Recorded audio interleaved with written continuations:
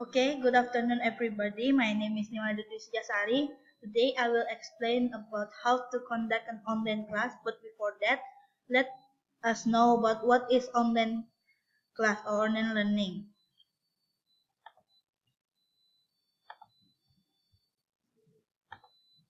Online learning is the learning that occurs in using internet on in internet.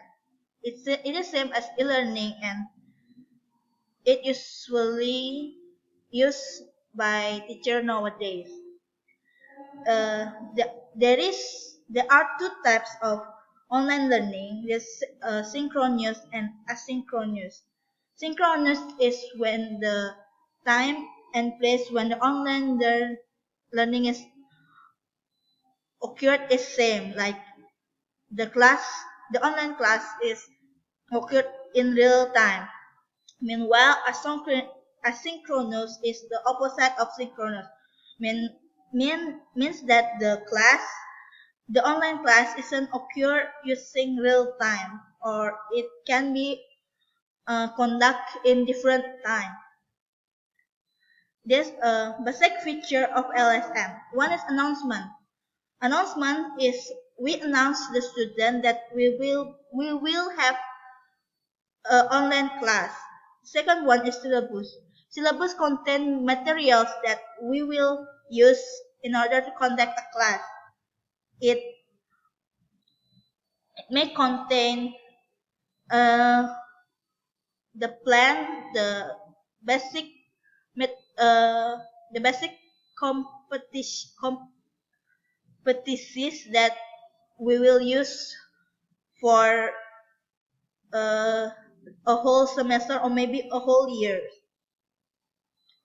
The third one is lesson. Lesson is a one material that chosen for one one time meeting. The fourth is discussion forum.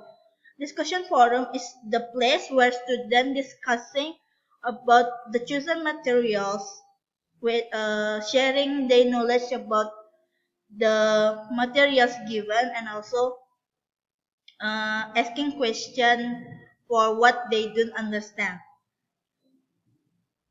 Fifth is the Dropbox or assignment upload. This is the feature which students can submit their assignments so later the teacher can assess and give feedback to the student. Six is resources. Resources is the source where the students get information. It can be form of picture, videos, or maybe written source like journal, article, book, and the other, and etc. Next is gradebook. Gradebook is usually contains of scores of the students, the grades, and also feedback from teachers. Next is course mail. It is basically we can say is same as announcement, but uh, course email may be more urgent than announcement because I mean the student rather checking their email more frequently rather than checking online class. And the last is resources. It is rather same as the previous one, but it is rather like a blog or maybe wiki for students to review and maybe got some uh, extra information from that. Next is an example of good introduction. Uh, in order to make an online class, we usually give an instruction to the students. I mean, like the what topic will be discussed in the class. Uh, the main thing uh, that we should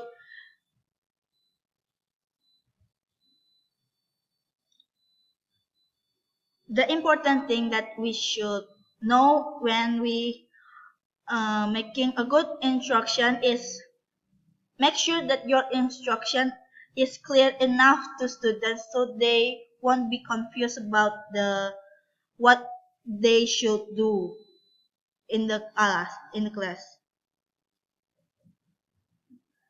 And then continue. Why online materials should be attractive? Online materials need to be attractive in order to make students feel attracted and feel curious to learn material. I mean, if the material is like plain or not having uh, any anything that yeah just plain like a normal white page and then the material and the student will bored and say what is this. I won't read it because I don't know nowadays students want do not want to read something plain like that. That's why online materials that we provide should be attractive. So at least it can make students uh, curious about knowing the material. The elements that need to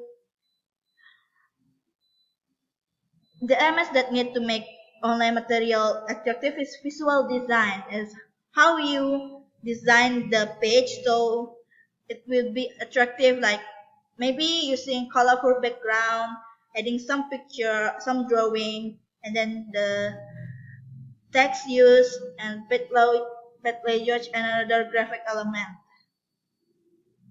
This is the example. See? And then the types online learning activities, then technology tools of the time. There's some types of online learning activities. There are online discussion where students doing maybe like discussion, sharing about their uh, opinion about one topic, and then online journaling when students make like online journal in like uh, Blogspot or WordPress or maybe some online blogging like that. The third is share knowledge base.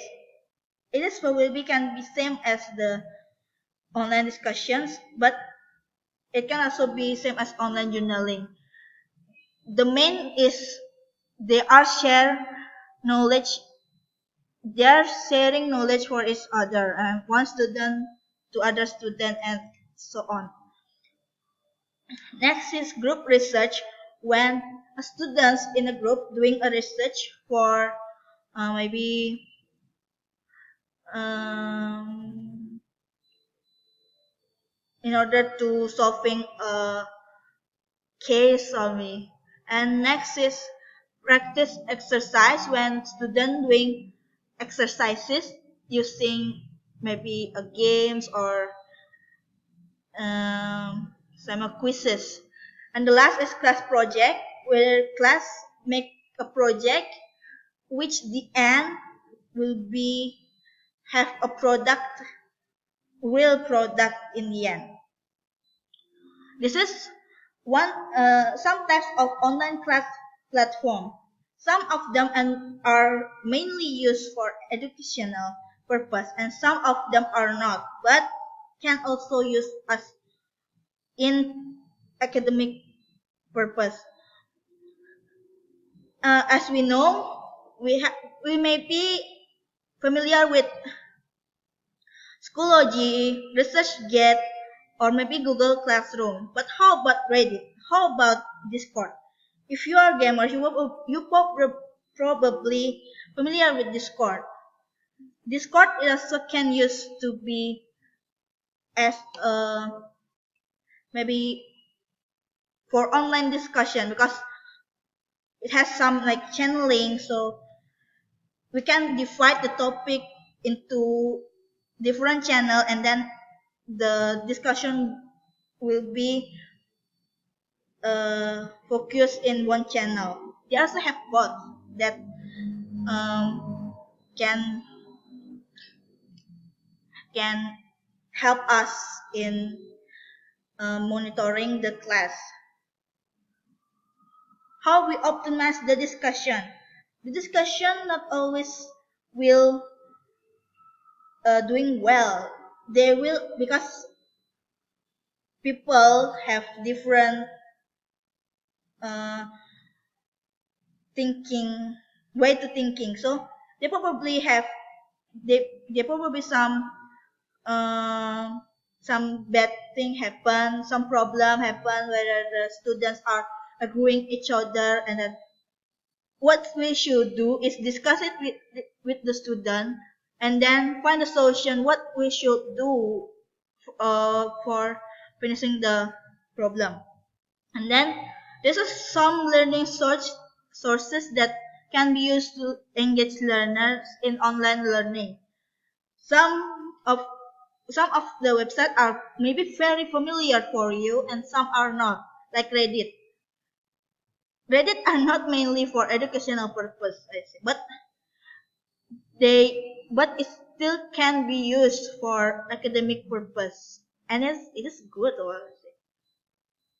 This is an example for effective assessment. It is from writing assessment rubric.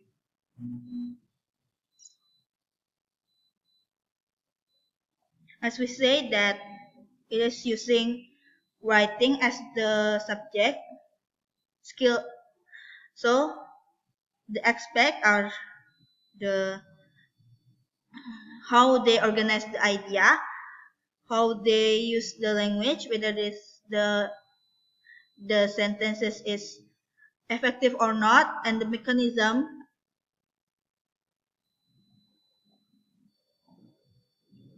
And that's all. Back to the topic.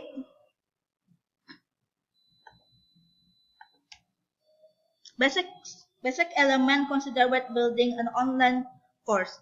There's some basic element to consider when we want to making a online course.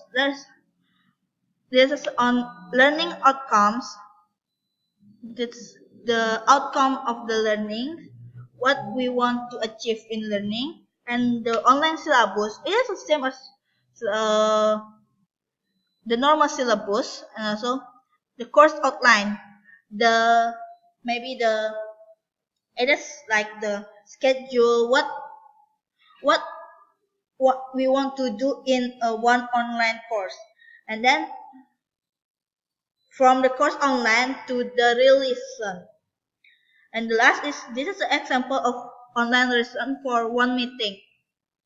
There's an instruction what the students should do during the online class, and there's a submission where when the students submit the assignment, and then the due date, the uh, let's- the deadline for the submission. Okay, I think that's all for me. Thank you so much and have a nice day.